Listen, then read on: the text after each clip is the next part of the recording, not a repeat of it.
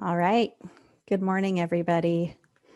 I am very excited to have you joining us. I know a couple people might still be filtering in, but we're very, very excited to have you here this morning. So let's get started. Just a reminder, this webinar is being recorded and you are muted because we have so many participants and your video is off.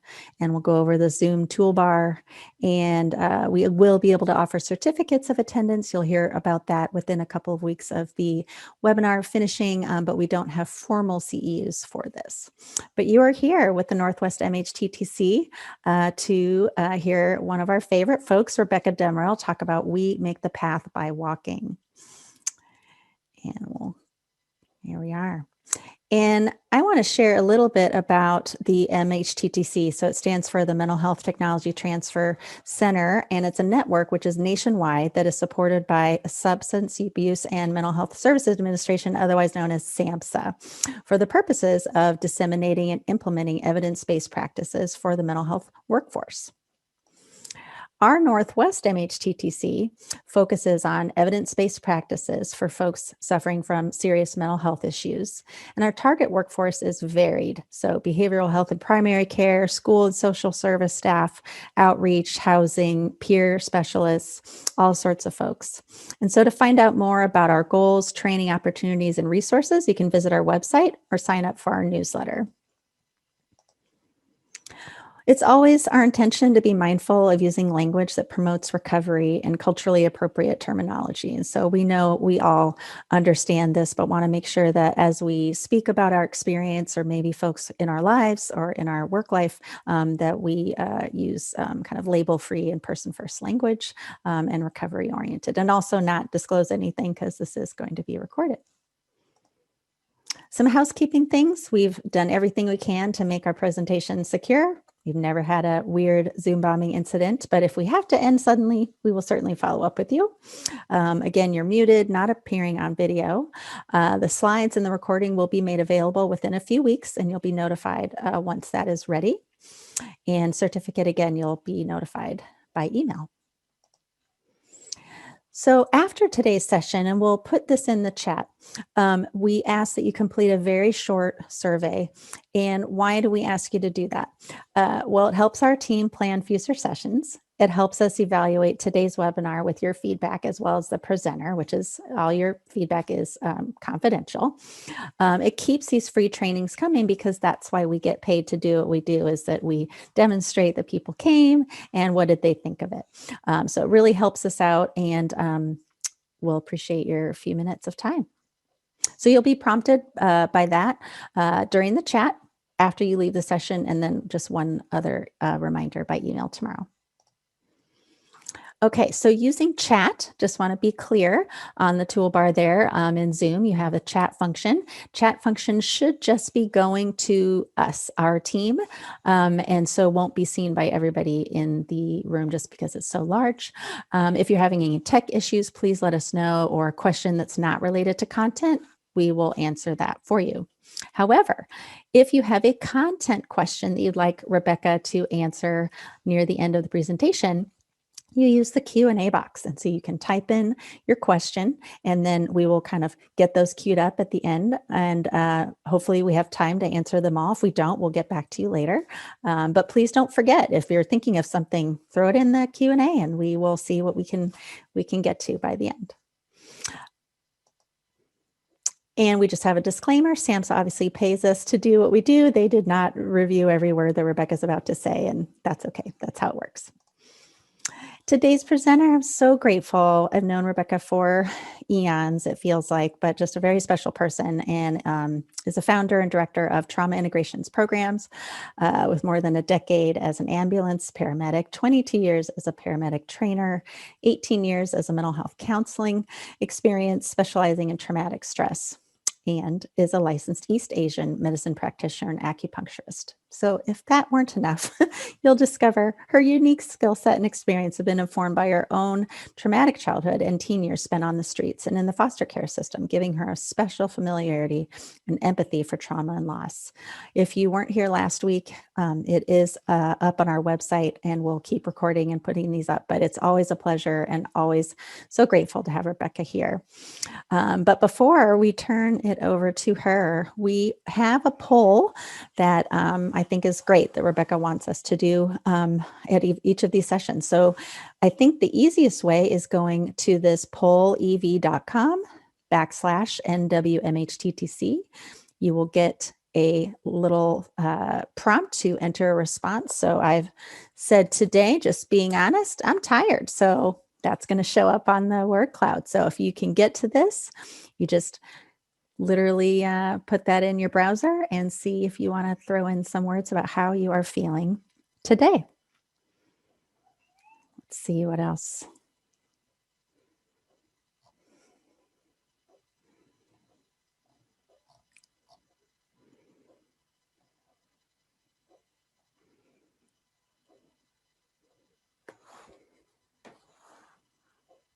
Wow.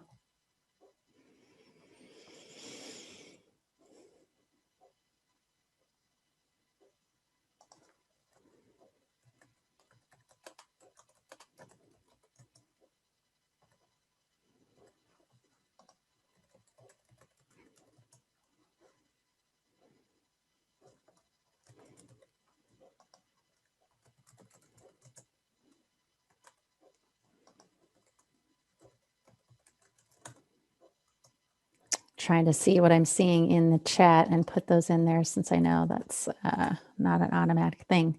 So tired is winning. And I'm not surprised about that, and appreciate everybody's responsiveness to this. And last week we did take a picture of this word cloud, and we'll have it with our presentation as well, because I think this is a good, and this is what Rebecca wanted to know. Where's everyone at today? It's a Friday. That's something. It's January. No, it's February. It's who knows what month it is, right? And so so it's just we're in prime candidacy for Rebecca's magic. So I think I will stop the polling at this point, if that's okay, and turn it over to Rebecca. So I'll see you all shortly, and off we go.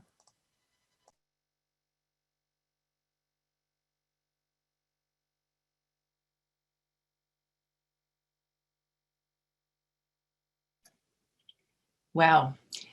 Thank you so much for doing that poll and letting me see just a little sketch of how you're all doing out there. That it really touches me every time I see that. It makes my heart pitter patter, because it's more like being in the room with you and feeling connected. I'm like you, I'm used to being in a room with people instead of staring at a screen. And so thank you so much. I see that you're tired. I see that you're exhausted. I see that some people feel hopeful, and all the many, many emotions that are coming up for us these days. Before I go any further, let me just acknowledge that I live and work on the unceded traditional territory of the Lekwungen speaking people. I'm here in Victoria, British Columbia, and those are Coast Salish people of this area. This is their land, and I am a visitor here. Thank you for joining me to walk the path a little bit more.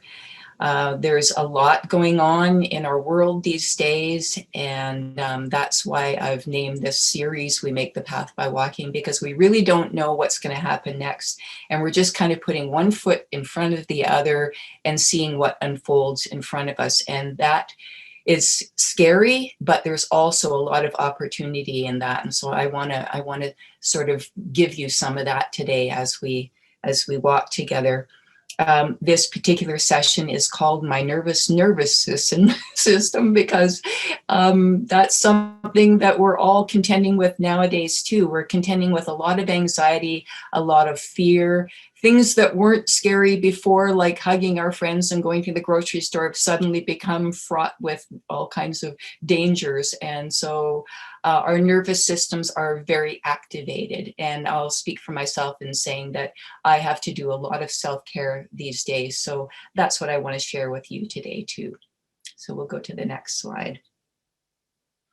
This is my plan today. And of course, you know, I want to ask you for your open hearts and open minds, because there's some stuff that'll be familiar and there's going to be some stuff that'll be unfamiliar and maybe kind of weird. And I like to say that weird is the new normal. So again, I'll say that.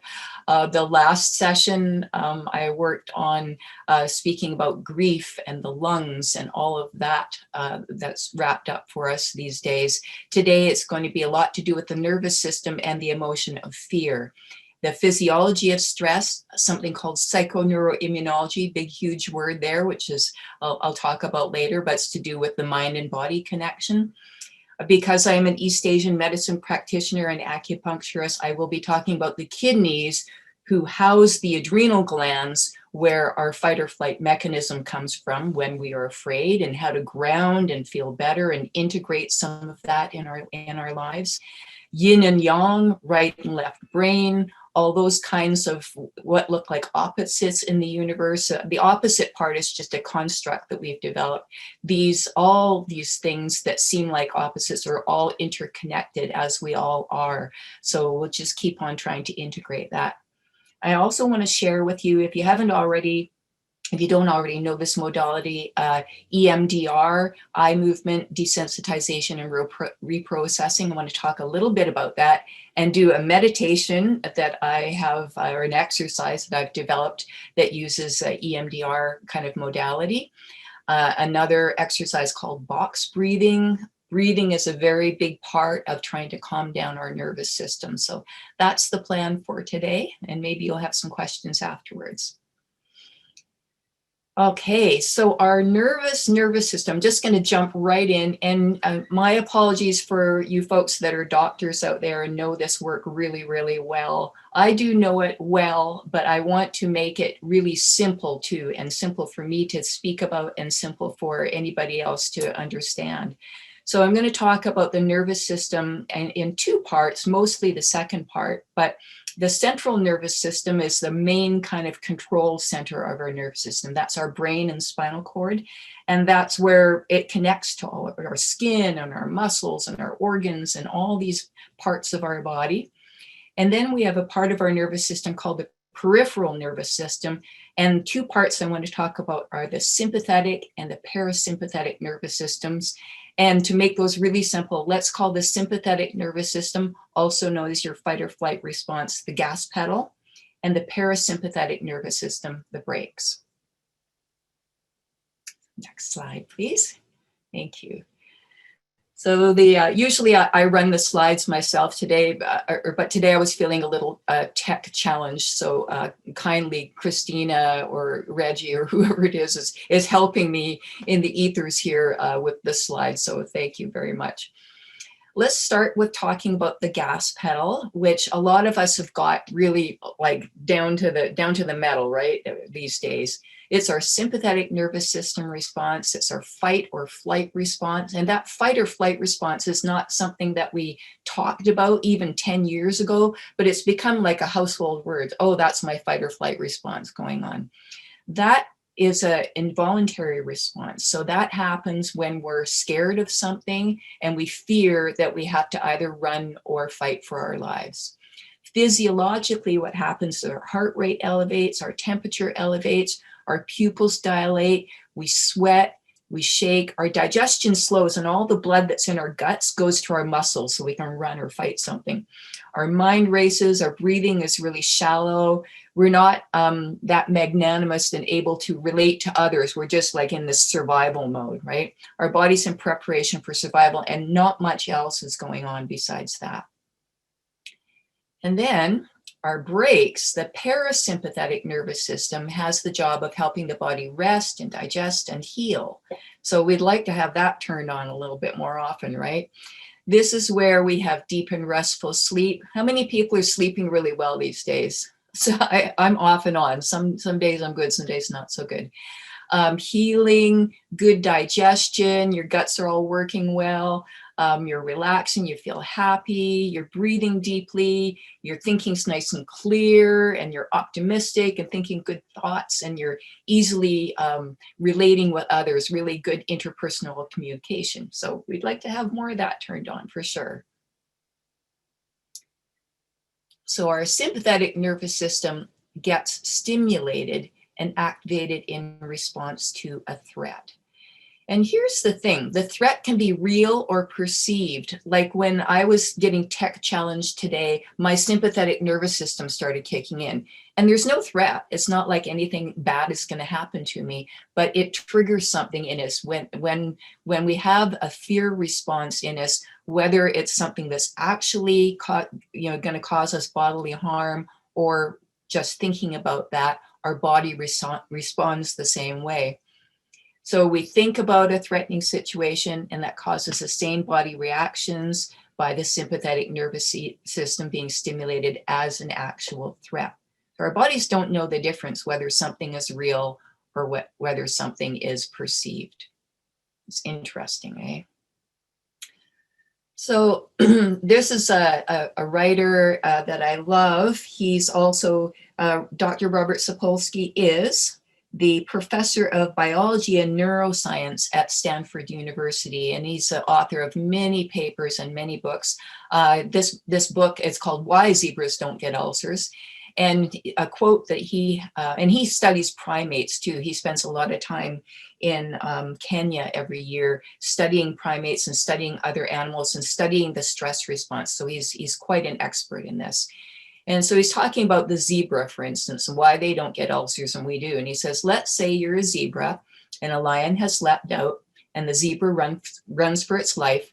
And for the zebra, the stress had a really short, potentially deadly span. It was 3 minutes when they're screaming terror, they're flying along trying to get away from the lion, after which the zebra is either dead or once again roaming the savanna with its head down in the grass and feeling safe, right? So the zebra feels this danger, activates the stress response, runs and discharges it, and then goes back to eating grass again and doesn't give it another thought. But we're not like that, right? We have much more complicated nervous systems. We don't discharge our stress very well. We tend to internalize it. We're the ones that do tend to get ulcers. Next slide. So, before I even start talking about this next slide, let me share with you when I was a paramedic and working for the ambulance service. So I started doing this job because, I was used to shutting off my emotions as a child. I was used to, in a stressful childhood, just kind of compartmentalizing when bad things would happen. And so with the ambulance work, I was able to, okay, this is freaky and stressful, what I see in front of me. I'm just going to put it over there so I can do my job. Sounds like, oh, she was great at her job, but that had a cost to me. And so at the ambulance station, I would sit there and, we're all watching TV and having a coffee, and there's a red phone on the wall, and that's called the hotline. And when that phone would ring, we would pick it up and it would tell us what address or what intersection to go to so we could attend to the emergency. And so as soon as that hotline would ring, knowing what it meant, my whole body would go into this stress response. My mouth would get dry. I would start to sweat. My heart would pound, and all those things to get me ready to be Johnny on the spot, right? To be the person who had to attend to this emergency. At the end of the day, though, I would finish my work, drive home, have a shower, have something to eat, sit down to watch TV, and the phone would ring. And guess what would happen to my body? The same stress response. It was what we call the Pavlovian kind of response, right? So yes, my body would go into that same stress response because the phone would ring, and this memory of, yes, that's what the phone means when it rings, is I have to be this person who saves the day. Many things can trigger our stress response: sight, sound, smell, anything that is familiar, especially if you have a lot of trauma in your history. And the memory gets triggered in the mind, gets translated into emotions like anger, fear, sadness. The emotions stimulate the nervous system. the fight or flight response kicks in, the whole body reacts, and then we go, oh my God, I'm freaking out. And so our body reacts even more and we get ourselves all spun out. Yeah, so that's what we humans do. We're not like zebras. Okay, you know what? It is time for a little self-care because I'm freaking myself out with all this stuff too. And I want, the whole point of today is for us all to recognize some of these things, get some information and knowledge, but also to not keep activating, but to learn some more skills how to make ourselves feel better. I want to share with you something called box breathing. And box breathing is another breathing technique. Last time I shared with you 618 breathing. This is similar in that it helps to activate the vagus nerve, which gets our parasympathetic nervous system, also known as the brakes, to slow everything down. I used this the other day when I was at the dentist. Well, I'll tell you about that in a minute. Let's do this first. So this is a very old technique, and what we got to do first when we're doing self-care is just kind of feel where we're at. So if you're sitting down, that'd be great. You could close your eyes if you want, feel your seat in your chair, feel your feet on the ground. And we're going to be doing a thing of breathing in for 5, holding that, not doing anything with it for 5, exhaling 5, and holding that and not doing anything with it. Okay. And it's all the breathing is through our nose. So let's do 3 cycles, and I will count you through the first one and remind you on the second one. And then the third one we'll just do on our own. All right. So let's just start with taking a couple of normal breaths.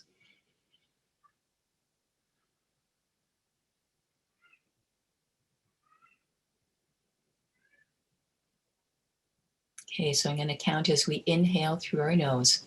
1, 2, 3, 4, 5. And just hold for 5. 1, 2, 3, 4, 5. Now exhale through your nose. 1, 2, 3, 4, 5. And hold. 1, 2, 3, 4, 5. Good. Let's do another one. In for 5.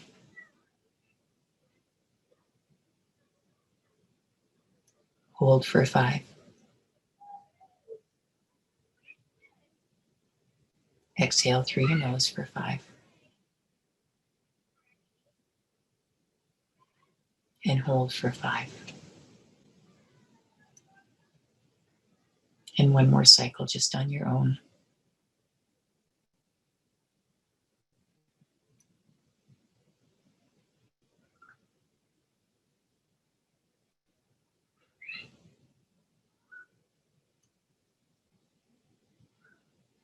Wonderful. This box breathing can be done in any circumstance where you feel stressed and activated. And so you start to recognize what's going on with your thinking, what's going on with your emotions, what's going on with your breathing and your body, and those kinds of fight or flight mechanism signs and symptoms that can be happening. It's best done if you give it several cycles. So maybe do this a few more times than we just did on your own. I used it at the dentist the other day. Who likes the dentist? I don't. They're in my mouth and they're poking around and they're doing something. And I started to have some sort of traumatic memory where I felt like I was choking. And I was trying not to panic, but I could see that they could tell, their eyes are looking at my eyes, and I can see behind their mask that their eyes are looking at me, and they're saying, uh-oh, there's something wrong here. And then I remembered, oh, I can just breathe. So I did a couple cycles of this, and everything changed. All of a sudden, I was just calm, and everything was fine, and they were able to continue their work. So I just want to share with you how important breathing is. And remember this, remember your box breathing, remember your 618 breathing, use those, share those. Okay, next slide. A little bit more about the stress response now that we've taken care of ourselves. I want to share with you about adrenaline, which is produced by our adrenal glands, and those sit on top of our kidneys. They're these little kind of pyramid-shaped glands that sit on top of our kidneys. And adrenaline is released by a threat or the perception of a threat. And this whole cascade of bodily functions happen. And that's what allows us to run or fight. So that's adrenaline. Now, next slide, please. The thing about the gas pedal, it's a useful response. So just like, sometimes we do need extra adrenaline to get ourselves out of a jam, just like the zebra had, right?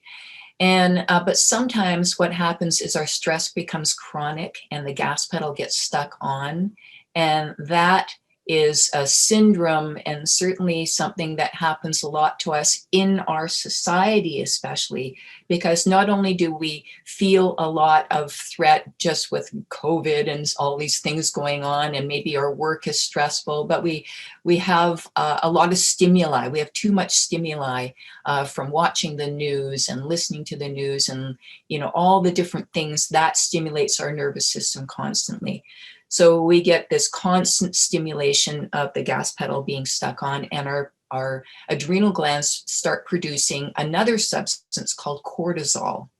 Okay, next slide. And cortisol is it's a really good hormone. It's a very useful hormone. It's an anti-inflammatory hormone, and it's when it gets produced for a long time and too much of it, it has the opposite effect. Instead of being anti-inflammatory and helping us, it starts to break down our immune system. It causes hormonal irregularities, causes autoimmune and vascular disease. And so all of these things cause problems for us.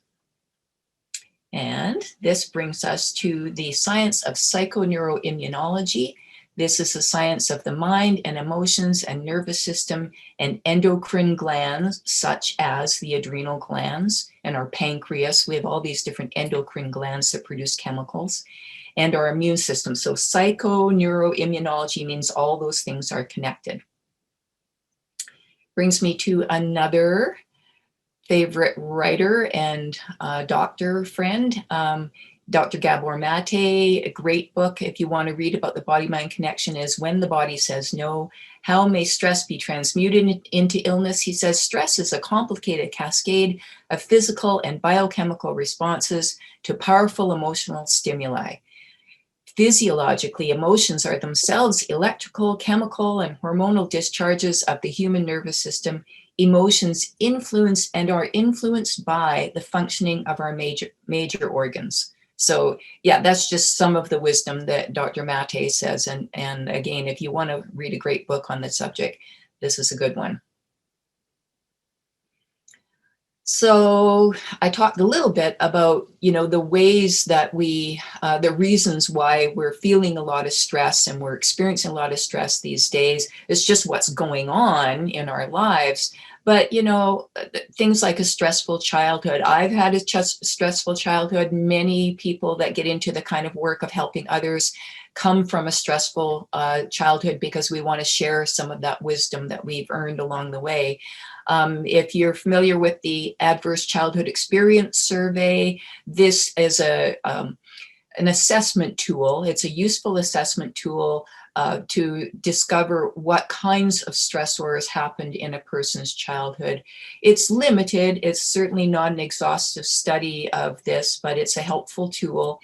I'm interested in how the experiencer experiences the experiences. So digging deeper into what did we do with what happened to us? And I'll talk more on that in other sessions. Ancestral trauma, the kinds of things that our parents and grandparents and, immigrant families and people whose ancestors were slaves, and all the many, many things, Aboriginal people whose land was taken away from them and their cultures taken away from them. All this kinds of ancestral epigenetic trauma does impact us and impacts our nervous system on a cellular level. Stressful events like, say, a worldwide pandemic, yeah, that's a stressful event. Stressful work, we do what we do because we can, and it's familiar to us to be in a kind of stressful bodily sensation and something, there we go. I just lost my slides for a second here. And do we have enough support in our lives? So I'm glad you're here with me today, because this is a way to support yourself, and I'm happy to support you, and I feel supported by you. So we're all interconnected. It's so important that we remember this.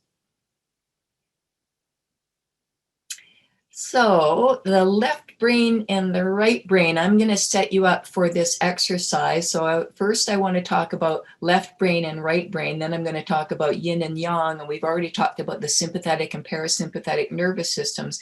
So you can see where I'm going with this, that there are these supposed opposites in the universe, but they're all interconnected as well. We're very familiar with the left brain as being associated with the intellect, with reasoning, with calculating, with analytical thinking. Our right brain is more associated with our creativity and artistic perception and collaboration and flexibility. So this might just be me. When I think of the left brain, I think of the sympathetic nervous system. And when I think of the right brain, I think of the parasympathetic nervous system, the rest, relax, digest. Just me, but it's how I sort of dovetail things together. Physiologically, the right side of the brain, and I learned this as a paramedic, the right side of the brain controls the left side of the body. Left side of the brain controls the right side of the body. So for instance, if somebody has a stroke, a cerebral vascular accident, we call it, on the right side of the brain, their deficit, their neurological deficit, the paralysis and lack of sensation and ability to move it will be on the left side of the body. Interesting stuff, right? Just keep on doing this and remembering that nothing is absolute. Next slide, please. So there is a wonderful psychotherapeutic tool called EMDR. Many of you might be familiar with this. I have experienced this as a client in a therapeutic session where I had electrodes in either hand, and they were I was rolling my eyes back and forth and feeling these electrodes. EMDR stands for eye movement and desensitization and reprocessing. As I spoke about with the last session, what we do with our body when there's a stress response is we hold our breath, right? We freeze our breath. We also freeze our eyes. So this EMDR, which is this psychotherapeutic tool developed by Francine Shapiro in 1988, is a way of unfreezing the nervous system. It gets the patient to, in one type of bilateral stimulation, I was talking about the electrodes in my hands, doing a side-to-side eye movement to unfreeze the nervous system in response to trauma. We get this kind of stuck gas pedal response, and we no longer, it kind of takes away our choice. So this is to restore the flexibility and the choice to the nervous system to be able to move back and forth. We learned something from the zebra, right? The zebra is good at it because they don't have the complicated nervous system and thinking process that we do, but we can learn something and we can heal our nervous systems. Okay, next slide. I have a great thing to share with you. This is something that I concocted myself. It's an EMDR meditation. So I will ask you with your beautiful open hearts and minds to join me in doing this. And if you just get yourself settled in your seat again, and you'll need your eyes closed for this. So I'm just going to invite you to do that, to close your eyes. If your feet are flat on the ground, that's great. Take a couple of nice long deep breaths, and your hands are on your lap, palm up. So your palms are facing the sky. So we're going to work with a negative belief in the right hand and a positive belief in the left hand. And I'm going to give you an example. Let's work with something that comes up for us now and then. It's a negative kind of limiting belief that we have that comes up now and then, and it's maybe been with you for a long time. Mine is, I'll share with you that sometimes I just don't believe that I'm worthy. Okay, so find yours and let that drop into the palm of your right hand. Your eyes are closed. Gently close your fingers around that, like you're holding a little tiny bird there. Okay, you feel that negative limiting, sad belief. And your eyes are kind of rolled towards your right hand. Now roll your eyes towards your left hand. And I want you to place in there the very opposite. So for me, it's I am absolutely worthy. Always have been, always will be.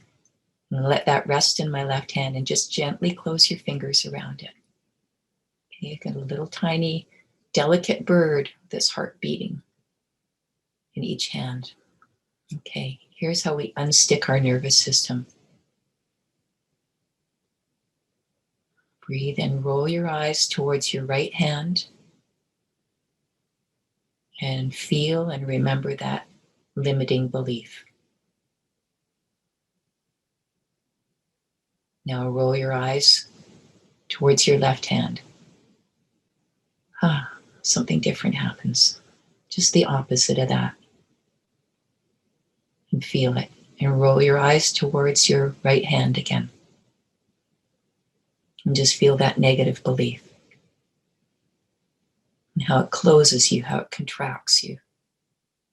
And roll your eyes towards your left hand.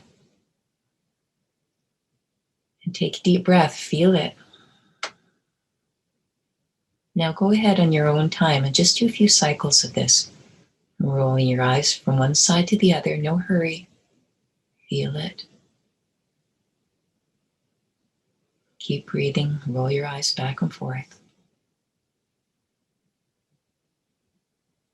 Roll your eyes to one side and the other. Keep breathing. Let's just do a few more to finish up.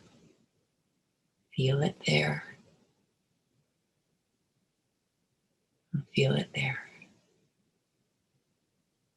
One more.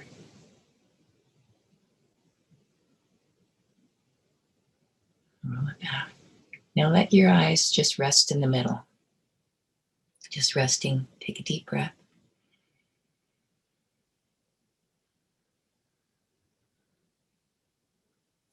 And in your right hand, just uncurl your fingers. And let that little bird just fly away. There it goes. And your left hand, uncurl your fingers. And let that bird just fly away. And open your eyes. I have a good friend, Tim Coleman. He's a coach. He's in Seattle, and he does his coaching sessions walking around Green Lake. And when I shared this with him, he was so excited. He calls it the little bird meditation, which you're welcome to call it too.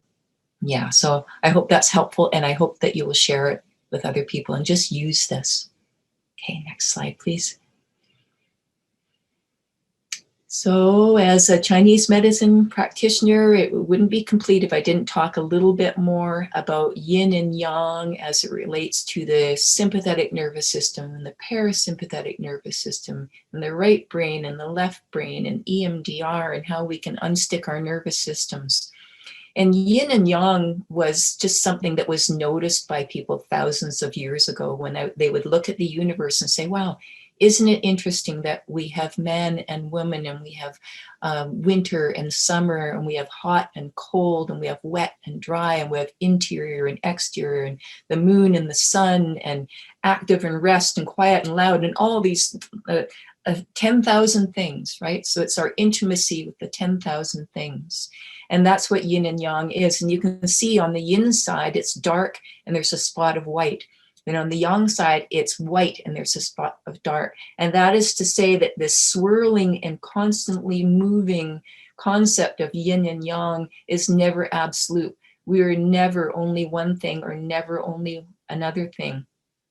All these things that we look at in our universe, whether it's Republican and Democrat, or whether it's black and white, or whether it's male and female, or east and west, or north or south, and all these things that we argue about are just constructs that we have developed to try to feel safe.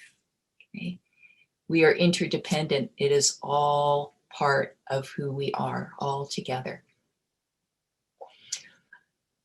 One of the last things I want to share with you today is a little bit more about the kidneys, and how I mentioned at the beginning that the kidneys house the adrenal glands. And in Chinese medicine, yin and yang is a main concept of Chinese medicine, also the 5 elements. The last session, if you remember, I talked about the metal element and the lungs and the emotion of grief. The kidneys, oddly enough, have the emotion of fear. And so that's interesting that the kidneys do house the adrenal glands. So even somehow thousands of years ago, these mystic people sitting around would go, yes, fear is associated with the kidneys. And winter time. So you know what? It's winter. This is an auspicious, good time to be working on soothing our adrenal system and soothing our kidneys. And the color is black, a deep color of black or dark blue, or even like the earth, like a dark brown. So a little emotional kind of rescue for you here is to breathe in black to your kidneys, and we're going to exhale a word, a sound, a chur-u-e. So if you'll just do this with me, and go ahead and put your hands on your kidneys in the back, it feels good. It's just below your rib cage. And so you can close your eyes if you want. I'm going to. So we're going to breathe in, and I'm going to put my feet on the ground. I'm going to breathe in right through the bottoms of my feet, right from the earth. Breathe in, just filling up my kidneys. And now the sound is chur-u-e. I don't know where this sound came from, but it's an ancient meditation. Okay, let's do it again. So right through the bottoms of your feet. Fill up those kidneys, nourish them, give them some love, and breathe out. Chur-u-e. Okay, you got your eyes closed? One more.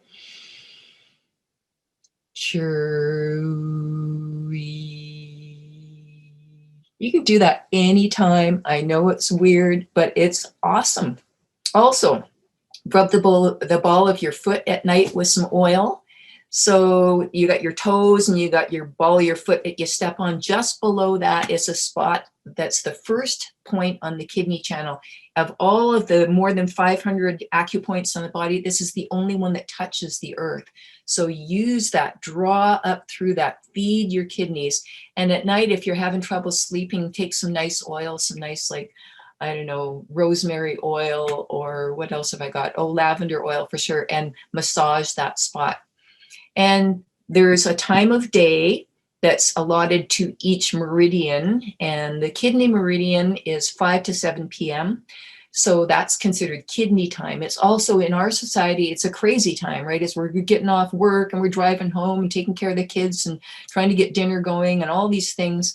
But if you can just take even a few minutes and, give a little love into your kidneys, and, take some time out to relax and enjoy and laugh at something and just be silly, do that, because it's good for you. It's good for your kidneys. It will help soothe your nervous system and get it functioning in a less kind of stressy, rigid way.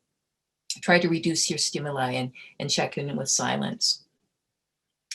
So just finishing off here, and maybe you'll have a few questions for me. I feel like I've been talking forever, but we can totally feel lost in the midst of being busy with life. So that's why it is very important for us to recognize when we are, when we need help, even if it's to help ourselves. Checking in with ourselves often is the best way to stay aware of our needs. And we tend to, check out sometimes. And there's a difference between checking out. Checking in is a way that we can feel more connected to ourselves. Checking out might feel good sometimes, but it doesn't give back to us the way checking in does. Checking in, we learn about something about ourselves, and we learn how to care for ourselves better. So your clarity helps others. They feel it. It's good for you, all this stuff. And I'm just really grateful that you've been able to join me here today. And thank you so much. And I hope you have a couple questions we can chat a bit. Thank you. Yes, we do. Thank you so much for all of those exercises. I know you can't possibly be keeping up with all the chat, but it's people are teary, weepy, just I think cracking open, with all this pent up stuff that everyone's dealing with, and some more than others. And so I think just even knowing, it seems to me from watching the word cloud, we kind of knew we're coming to this session with hopes. And I think people are very grateful for what you've done. So here's a question. So a request, and I think that's something that we might be able to do on our website as well, is what would be some additional reading recommendations or resources to continue building on the learning that you shared today? It can be pretty overwhelming to sort of Google meditation or Google, mantras or East-West philosophy and not be overwhelmed, probably. So I think knowing all of your experience, maybe you can share a few key things that you think are just the go-to things that you had some in your slides, but as far as just sort of getting to what resources would you recommend, and then we can also get you to email us some, and we can put those on our website. Oh, that's a good idea. Yes, well, besides, Gabor Mate and Dr. Robert Sapolsky, there's a lot out there. I feel that this stress response that we're all feeling so acutely these days, and what's been going on in America, just this huge liminal time that we're in of transition, is really a spiritual crisis that we're in. And so that's where it comes down to, we've got our mind, we've got our body, but how much time and attention have we really given to our spirits? And I have a favorite Zen teacher. His name is Adyashanti, and he has some great books and writings and broadcasts too. But he talks about how our two most precious commodities are our time and attention. And so for us to start to notice, what do we give our time and attention to? And when we start to feel what feels best to us, then that can help us heal the ways that we've kind of hurt ourselves with giving maybe too much time and attention to watching the news, and too much time and attention to things that don't soothe and support us. I also really like Pema Chodron's, one of her last books that I read was, it's in there, When Things Fall Apart. So I love that. I love that book too. And to me, just working on our spiritual selves and meditation, I'm going to be talking about that a lot more in the next session coming up in a couple of weeks. I'll be talking more about meditation and how good that is for us, and how to find ways of doing a little bit more for ourselves every day, as far as cultivating that spirit grounding. Great, thank you. We'll make sure. I was just bringing up that book the other day after your last session, because my copy of that book is falling apart. So it's perfect. And I know well read. Has it? I'm not sure. Maybe camping. I'm not sure what happened to it, but it's. I'll put that in the chat as well. So one person brought up something, and without getting too detailed, I think it's, and this could be an individual. It could also be, like most of us, having a challenge sitting still, even taking the time. It seems like forever to take 5 minutes to do something, yet we spend oodles of minutes doing lots of things that probably aren't feeding us or rejuvenating us. And those are distractions, and those are fine too. But when we are taking the time to do that, how we might notice tension, we might notice pain, we might have, discomfort in the way we're being thinking to sit. So the question, and I've seen this a lot in meditation circles, is there a different way to modify how we sit or hold our arms or hold our hands? And yeah, I knew you're going to answer it that way, but a lot of the, how should I do this right? It just, it's a reasonable thing to do. So maybe you could speak to that. Like when we do these sort of exercises, what are the things that we need to take the shoulds out of it, and how do we attend to the point of it, which is the mind? Well, bless your heart, and thank you for that question. I totally get it. I think this is why I really like the whole Zen meditation way, because there's nothing fancy to do. What I have gotten in the habit of doing is I just simply sit in a chair. Keeping your spine straight is nice if you can do that. But just to be comfortable, like I'm not somebody who can sit in a lotus position. I don't say mantras. I don't have anything fancy.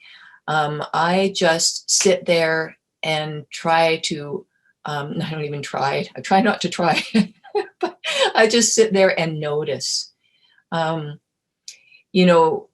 Meditation has been called bare attention, or it's mental hygiene is another way that I've heard it said. So if we can just allow ourselves just to sit and breathe and remember that we don't have to do anything, be anything, say anything in these moments that we give to ourselves, that it's just for us, it's such a beautiful gift.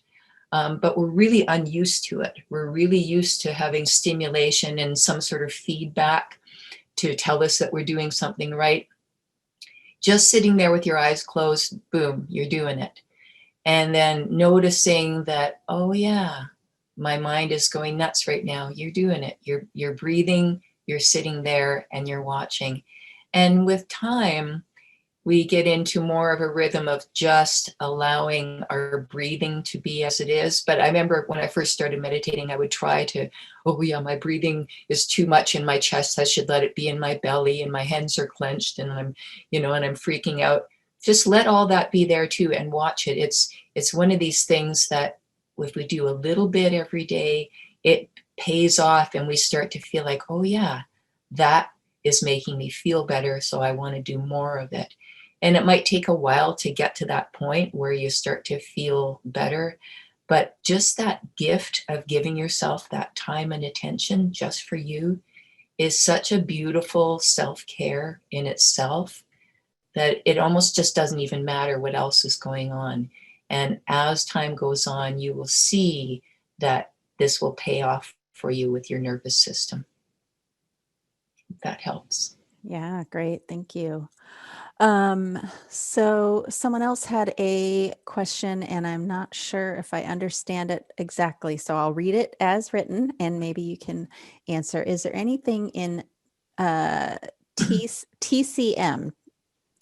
TCM meaning traditional Chinese medicine. Traditional, thank you. Okay, regarding daily nausea. Not pregnant, but for several years have felt these waves almost daily. So thank you for reminding me of TCM.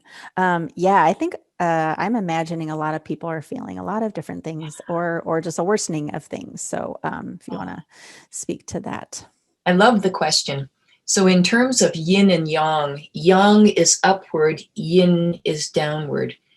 And what happens with our sympathetic nervous system is, and in terms of Chinese medicine, our yang qi, our qi starts going up, our energy starts going up to our heads. And so we can get headaches and dizziness and all these things that pertain to our sympathetic nervous system and our yang qi being elevated. So guess what helps that? Breathing and allowing our qi to go downward. Those exercises, anything you can do by grounding with nature, being out and walking around in nature, being with the trees, feeling your feet on the ground. Even, I know it's a little cold out right now, but taking your shoes off and having your feet on the ground, that's definitely going to help.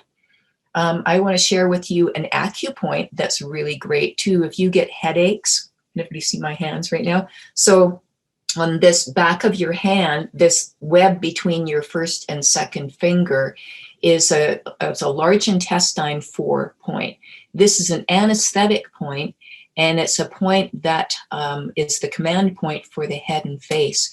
So if you feel your energy going upward, and if you've got a headache and dizziness, massage this. Take your other thumb and massage that point. This point is so amazing. It works incredibly too. If you have a stuffy nose or a headache, or you're feeling dizzy, or you're anything nauseated, right?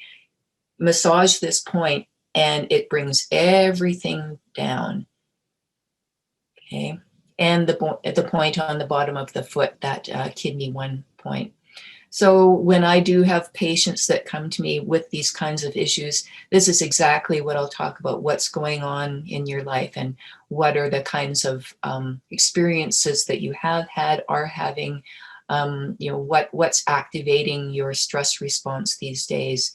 And then, sharing some different ways to notice that, be kind and gentle to yourself, and to breathe, do your breathing exercises, the box breathing, the 6-1-8, to massage that point on the hand, and to remember to go out in nature.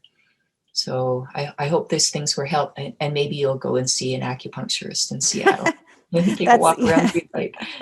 That's what I was going to say is, if you haven't sought this kind of care before, I know for some it feels very strange, and it's not to exclude Western medicine, but there's just a very different mindset and approach. And I've had so many, I have a great friend who's an acupuncturist and herbalist. And I think when people just have a completely different experience when someone asks you about what in a holistic way is going on and what isn't going on right now for people.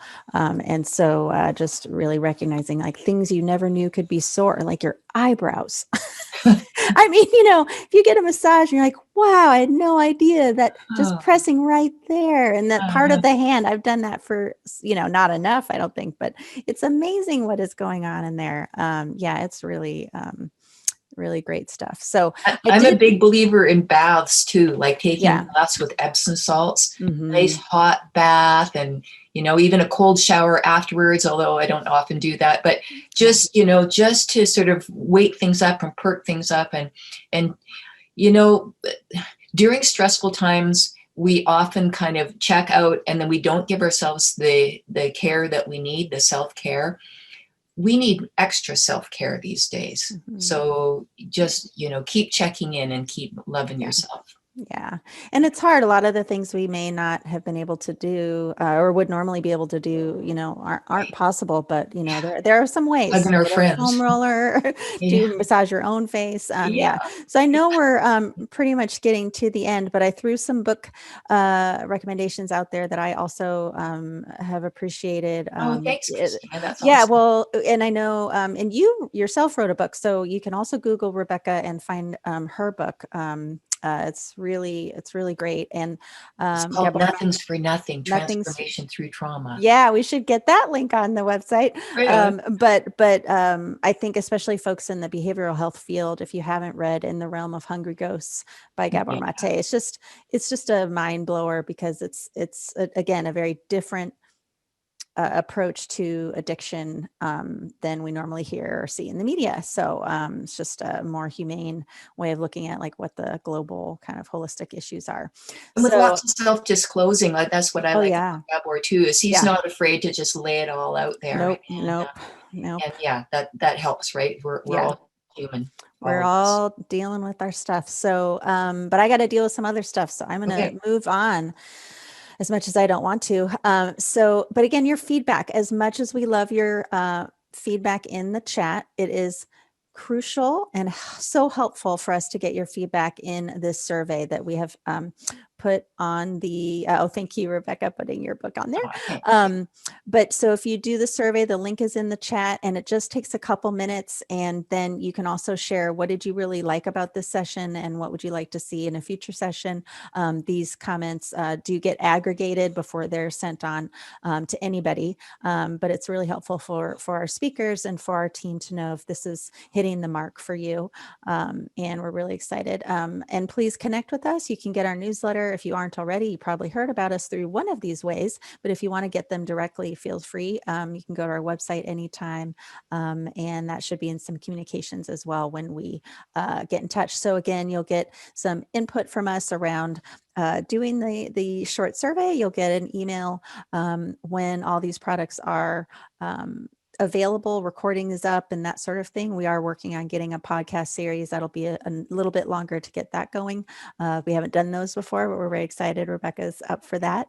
And otherwise, I wish everyone well.